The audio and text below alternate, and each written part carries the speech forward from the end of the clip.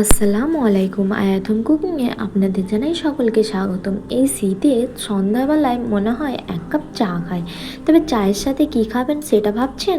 তবে দেরি না করে বাড়িতে থাকা উপকরণ দিয়ে এই সহজ নাস্তার রেসিপিটি তৈরি করে নিতে পারো। খেতে এতটাই সুন্দর যে ছোট থেকে বড় সকলেই পছন্দ করবে, আর এতটাই মুচমুচে খাস্তা হয় যে কি বলবো। একটিবার হলেও ট্রাই করে দেখতে পারো, খেতে কিন্তু অসাধারণ হয়।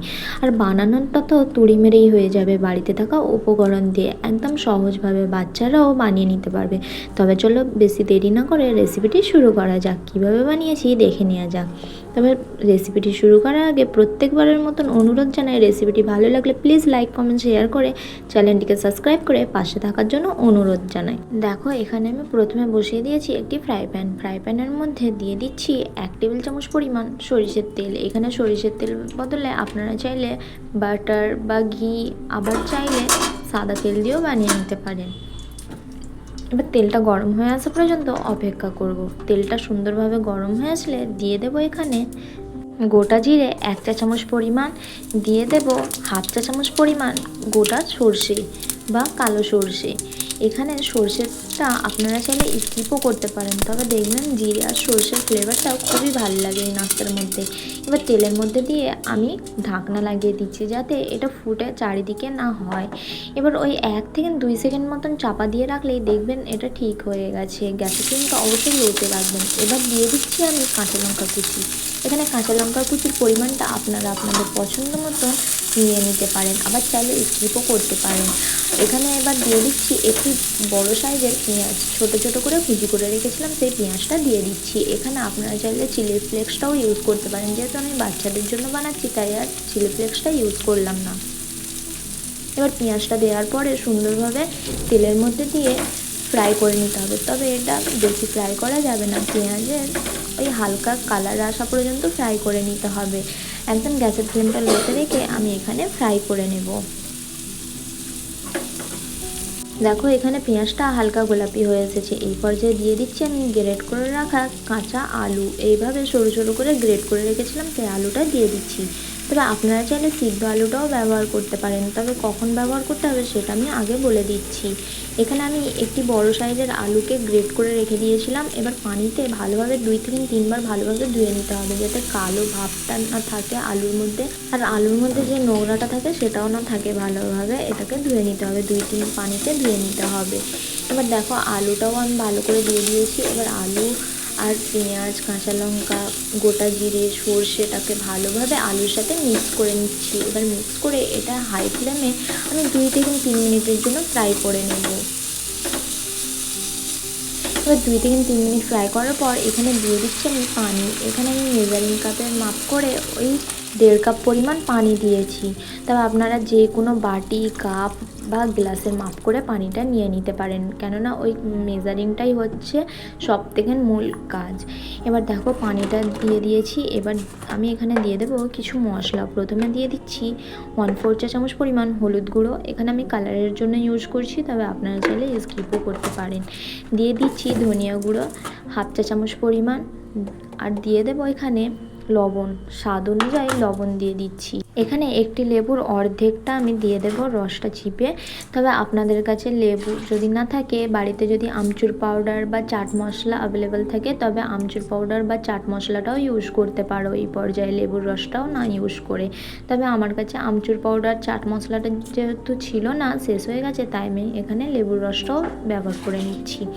এবার দেখো লেবুর রসটা মেশাবার পর এবার ভালোভাবে মিক্স করে নিতে হবে, যাতে সুন্দরভাবে চারিদিকে মিক্স হয়ে যায়। এবার মিক্স করার পর এখানে আমি দিয়ে দেব ম্যাগি মশলা। এখানে যে ম্যাগিগুলো কিনে আনা হয়, সেই ম্যাগি মশলা থেকে আমি একটা প্যাকেট বাঁচিয়ে রেখেছিলাম, সেই ম্যাগি মশলা দিয়ে দিচ্ছি। তবে বাড়িতে ম্যাগি মশলা অ্যাভেলেবেল না থাকলে অল্প একটু গরম মশলা গুঁড়ো বা চাট মশলা দিলেও হবে, আবার চাইলে স্কিপও করতে পারো। আর যদিও ম্যাগি মশলা দেওয়ার ইচ্ছা থাকে, যদি এইভাবে এইরকম ম্যাগি মশলাটা না থাকে, তাহলে অন্য ম্যাগি মশলা 5 টাকা দামি প্যাকেট কিনে নিয়েও আপনারা ইউজ করতে পারেন। এবার আমি ম্যাগি মশলাটা দিয়ে দিচ্ছি, পুরো প্যাকেটটা দিয়ে দিচ্ছি। এবার ম্যাগি মশলাটা দিয়ে আবারও আমি মিক্স করে নেব যাতে ভালোভাবে মিক্স হয়ে যায়। এভাবে মিক্স করে নেওয়ার পরে এবার আমি ঢাকা লাগিয়ে রেখে দেব যতক্ষণ পর্যন্ত না ভালোভাবে ফুটে আসে। দেখো এখানে খুব সুন্দরভাবে ফুটে এসেছে। এবার আমি ঢাকনাটা তুলে দেখে নিচ্ছি। দেখো কত সুন্দরভাবে পানিটা ফুটে এসেছে বা বলক ফুটে এসেছে। এবার আমি এখানে গ্যাসের ফ্লেমটা লোতে রেখে দেব। এবার এর মধ্যে আমি সুজিটা অ্যাড করে দেব।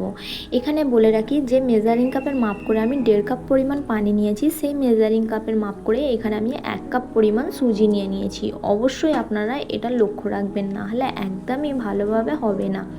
দেখো এক হাতে আমি সুজিটা ঢালছিলাম আর এক হাতে আমি মিক্স করে নিচ্ছিলাম, নাহলে এটা ডেলা পেকে যাবে আর একদমই ভালো হবে না। এবার সুজিটা দেওয়ার পরে সুন্দরভাবে মিক্স করে নিতে হবে। এই পর্যায়ে গ্যাসের ফ্লেমটা অবশ্যই লোতে রাখবেন, নাহলে নিচে লেগে যাওয়ার সম্ভাবনা থাকবে। এভাবে করে ভালো করে মিক্স করে নিতে হবে। দেখো এখানে আমার ভালো করে মিক্স করা হয়ে গেছে। এবার এটা আমি ঢাকা লাগিয়ে রেখে দেবো সুজিটা সেট হবার জন্য, যাতে ভালোভাবে সুজিটা সেট হয়ে যায়। এবার দেখো সুজিটা আমি 10 মিনিটের জন্য ঢাকা দিয়ে রেখে দিয়েছিলাম। 10 মিনিট পর এবার আমি এটাকে মেখে নেব। এটা হালকা গরম থাকা অবস্থায় মেখে নিতে হবে, একদম ঠান্ডা হয়ে গেলে একদমই ভালোভাবে মাখা যাবে না। তাই হালকা গরম থাকা অবস্থায় এটা মেখে নিতে হবে। যদি হাতসহ না হয় তাহলে অল্প অল্প হাতে একটু পানি নিয়েও এটা মেখে নিতে পারো। দেখো এখানে সুন্দর একটি ডো বানানো হয়ে গেছে, মেখে নিয়েছি। এবার আমি এখান থেকে কিছু কিছু লেচি কেটে নেব। এইভাবে করে আমি বড় বড় সাইজে 3টে লেচি কেটে নিচ্ছিলাম। দেখো এখানে আমার লেচি কাটা হয়ে গেছে। এবার এটা আমি সাইডে রেখে দেব। তার মধ্যে থেকে একটা লেচি আমি নিয়ে নেব, নিয়ে এইভাবে করে একটু লম্বা করে নেব।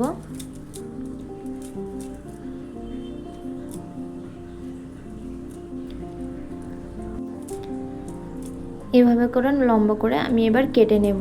আমি তার জন্য একটি চপার বোর্ড ইউজ করছি। চপার বোর্ডটা এইভাবে করে লম্বা করে সরু করে নিয়েছি। এবার এগুলোকে আমি পিস পিস করে কেটে নেব ছুরি দিয়ে। তবে আপনারা চাইলে যে কোনো কুকি কাটার দিয়েও এটাকে কেটে নিতে পারেন, মানে রুটির মতন করে মোটা করে বেলে কুকির মতন করেও কেটে নিতে পারেন। যে কোনো শেপ দিয়ে, পছন্দ মতন শেপ দিয়ে এগুলোকে কেটে নিলেই হবে। দেখো এখানে আবার আমি ছোট ছোট করে কেটে নেব। তার আগে আমি ছুরির মধ্যে অল্প একটু তেল লাগিয়ে নিচ্ছি, যাতে কাটতে সুবিধে হয়, একদম না ছুরির মধ্যে লেগে যায় তার জন্য। এবার এইখানে পছন্দ মতন শেপ দিয়ে কেটে নিতে হবে। তবে বেশি বড় বা বেশি মোটা করা যাবে না, তাহলে দেখবেন কি একদমই ফ্রাই করার সময় একটা মচমচে ভাব আসছে না। তাই এটা একটু পাতলা বা চ্যাপ্টা রেখে এটা কাটার বা বানাবার চেষ্টা করবেন, তাহলে দেখবেন বেশি মুচমুচে হবে, ভিতর পর্যন্ত একদম মুচমুচে হবে। এইভাবে করে আমি সবগুলো কেটে নেব। দেখো কত সহজভাবে আর কত সুন্দরভাবে কেটে যাচ্ছে, তাই না? এবার দেখো কাটা হয়ে গেলে এইভাবে করে হাতে করে একটু চাপটা করে নেব আর ভালোভাবে শেপ দিয়ে নেব, যাতে সুন্দরভাবে শেপটা এসে যায়। এইভাবে করে সবগুলো শেপ দিয়ে নেব আমি ভালোভাবে। এইরকম একটু চ্যাপটা করে বানাতে হবে, যাতে ভালোভাবে ফ্রাই হয় আর ভিতর পর্যন্ত ক্রিস্পি হয়। এবার সবগুলো আমি এইভাবে করে বানিয়ে নেব। দেখো এখানে সবগুলো আমার শেপ দেওয়া হয়ে গেছে।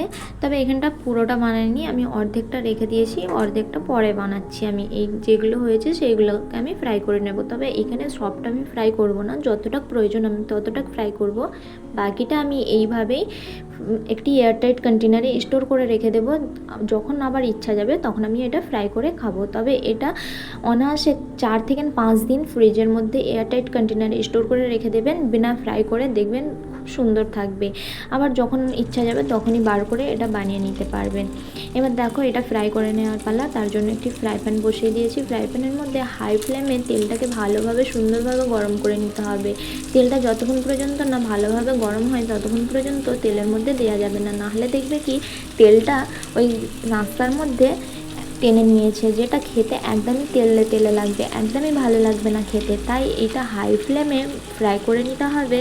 আর এটা তেলটা একদমই ঠান্ডা করা যাবে না, ঠান্ডা থাকলেই ভিতরে তেল টেনে নেবে, যেটা একদমই খেতে ভালো লাগবে না। এবার এপিট ওপিট লাল করে মুচমুচে হয়ে আসা পর্যন্ত ফ্রাই করে নেব। এটা যেহেতু আগে থেকে নিয়ে আমি সুজিটা রান্না করে নিয়েছিলাম, তাই কাঁচা থাকার কোনোভাবেই কথা নয়। তাই এটা মচমচে করার জন্য এখানে ফ্রাই করে নিচ্ছি। তবে যারা এরকম তেল তেল খেতে পছন্দ করো না, তারা এয়ার ফ্রাইও করে নিতে পারো। দেখো এপিট ওপিট ভালো করে লাল করে ফ্রাই করে নেব। এখানটা দেখো কতটা সুন্দরভাবে লাল করে ফ্রাই করা হয়ে গেছে। যারা এরকম ডুবো তেলে ফ্রাই করতে চাও না, তারা আবারও বলছি এয়ার ফ্রাই করে নিতে পারো, তাহলে দেখবে খেতে খুবই ভালো লাগবে। এবার দেখো এখানে আমার ফ্রাই করা হয়ে গেছে। এবার তেলটা ঝরিয়ে ভালোভাবে আমি তুলে নেব একটি প্লেটের মধ্যে।